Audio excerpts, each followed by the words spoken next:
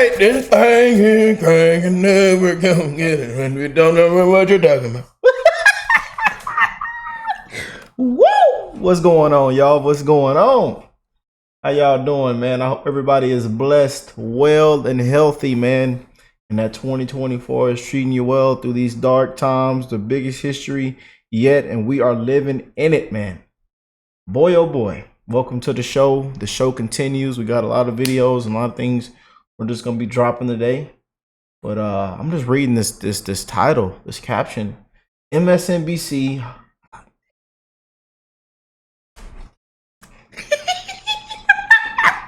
We know what we think of MSNBC. Oh boy.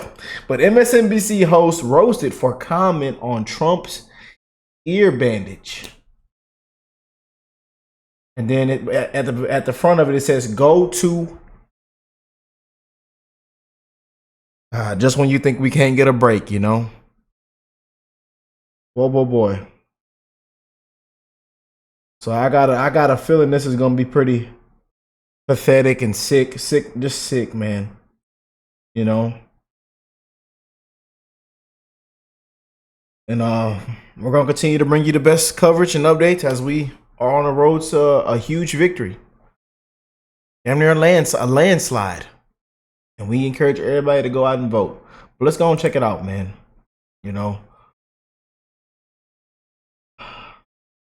Some people, man, I tell you, it's just. Anyways, y'all know how I feel about this whole situation. And we know how you guys feel as well. And, you know, a historic moment, man. A very historic moment that will live on forever. The picture, that picture doesn't get any better. That video. This man is a different breed is what I call it. A leader. And he's willing to die for you, for me, for us, this country. He's willing to die to save America. He's willing to stand his ground. As millions of others that are no longer here with us. Millions of fallen heroes, soldiers.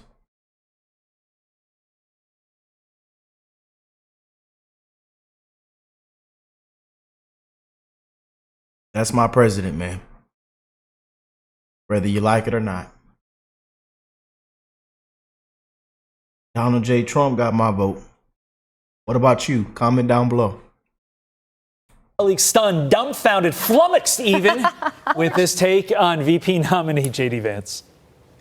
If the Trump-Vance ticket gets elected, that wing of the party is going to be in the wilderness for a generation. But I mean, look, J.D. Vance and the Teamsters president last night, this is an ideology that would have been very comfortable in the Democratic Party of Walter Mondale in 1984.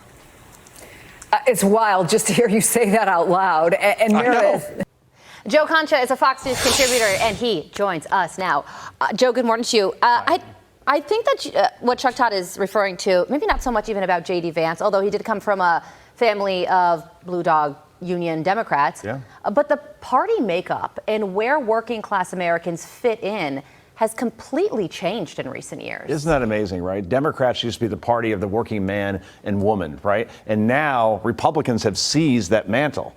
They are now the populist party, right? Don't call Donald Trump a conservative, J.D. Vance a conservative. They're populist. And the reason why J.D. Vance was chosen is because he could talk to people as a guy who grew up in a trailer park, right? Then joined the Marines right out of high school, which is crazy. And then he goes to Ohio State. He graduates in 2 years. And then he joins Yale Law School, graduates, then becomes a senator eventually. This is like the ultimate success story that he's going to resonate with. And also he is a never Trumper, so he can reach that, you know, that side of people as well, man.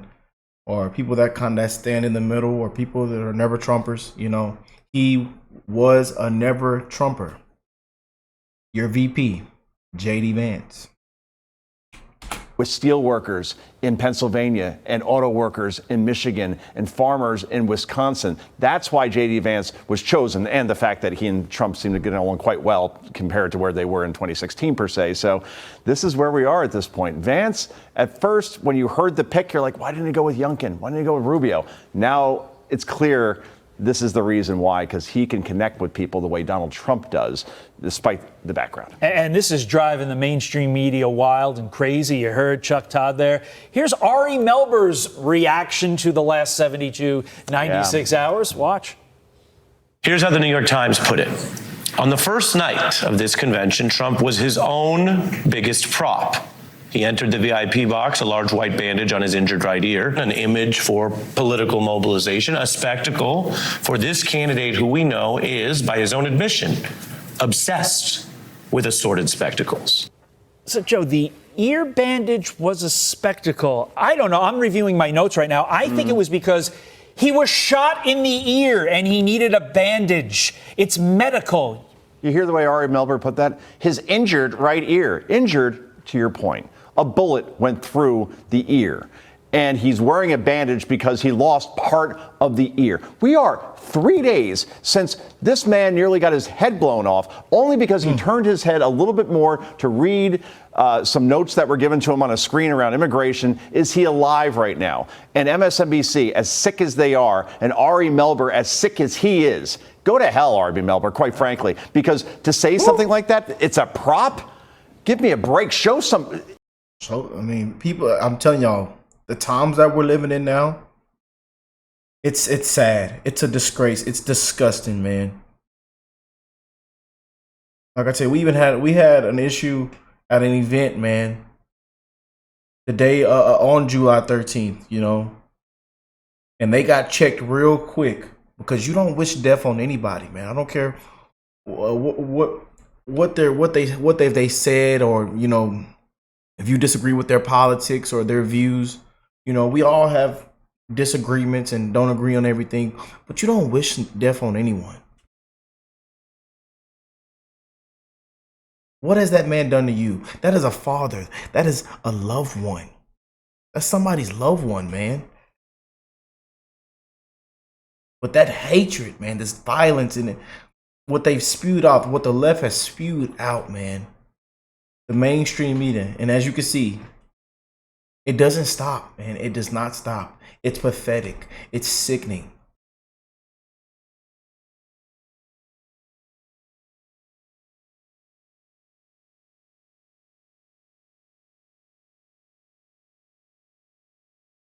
Man just took a bullet for the country, man.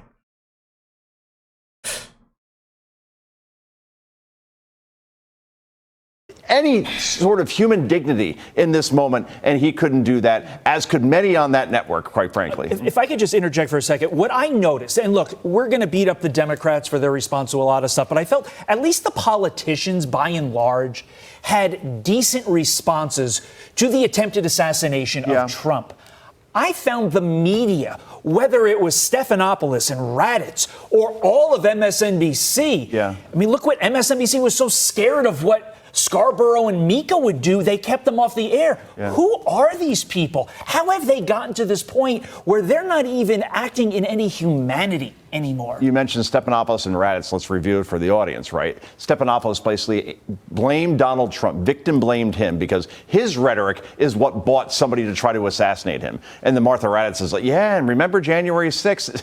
Guys, the fact that this is being kind of blown past the way it is, the questions that journalists should be asking right now is, how did a 20-year-old get on that roof with line of sight to the former president of the United States, likely future president of the United States, from 130 yards out? I don't know how many people have told me, because I'm not a firearms guy, that that's like a 2-foot putt to make that shot, and it was, unless he turned his head. The fact that we're not asking questions more, not we, but other people that purport to be in media aren't asking, how did this happen? Why didn't the Secret Service fire back when you had the shooter in your sights? Secret Service failure, man.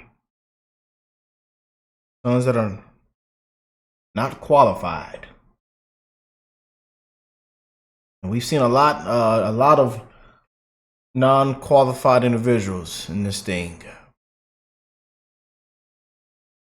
DEI didn't earn it. And there needs to be a huge investigation.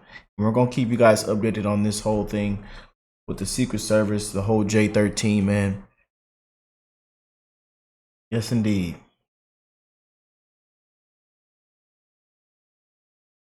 And again, I'm learning so much, and I'm glad I get to learn from all this that is happening, y'all. You know, hearing from ex-Secret Service agents, you know, snipers, how they do a 360 and then they do a 1,000 yards, you know, and it just blows me away how this. But again, I thank God Trump is still here with us, man. Thank God, man. Because we were this close, man. This close, man. And who knows what will be happening right now as I'm speaking if it would have went the other way. And that's powerful, man. For all that time, and instead you waited for him to shoot? How did he get on that roof? That was a staging place, apparently, below him, and yet no one did anything. Those are the questions journalists should be asking, and not any of this stuff around. Well, is the bandage a prop? They are being asked. It's up to the Secret Service to answer them. We all know who Jack Black is, right? Mm-hmm. Okay, so he's got a band. It's called Tenacious D. His bandmate's name is Kyle Gass. Take a listen to what he just said. Okay.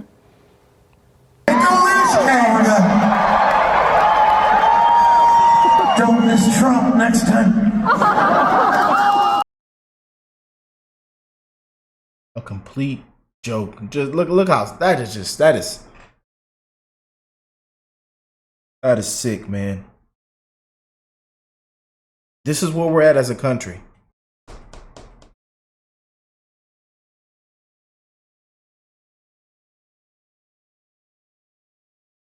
People really have that hatred and that have that hatred within their soul. What you just seen, yeah.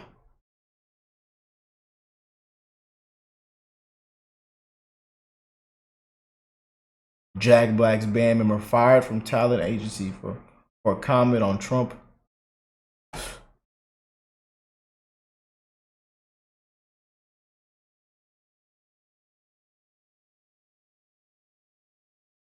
Told you guys, we're living in the darkest times yet, man.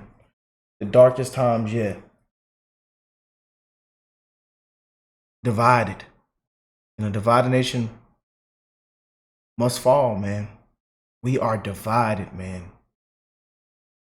And you see why what everything that's been taking place and why America isn't America anymore. We're completely broken, man.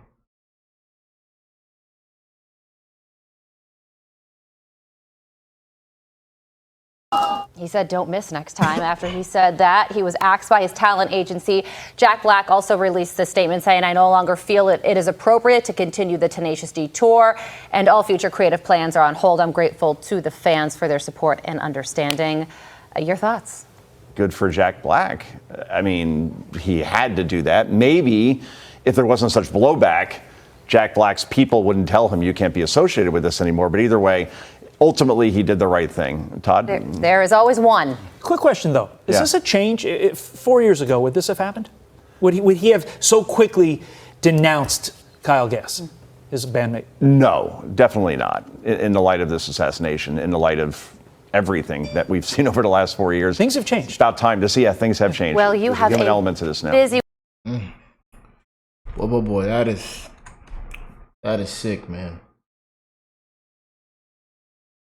But I feel like after, and then he came out in those Patriot overalls, and it was just endorsing Biden, Jack Black.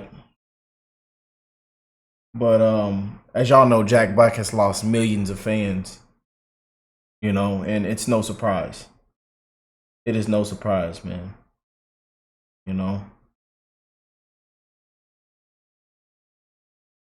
But he had no other choice but to cancel it, because he at this point he's damn near canceled. Boy.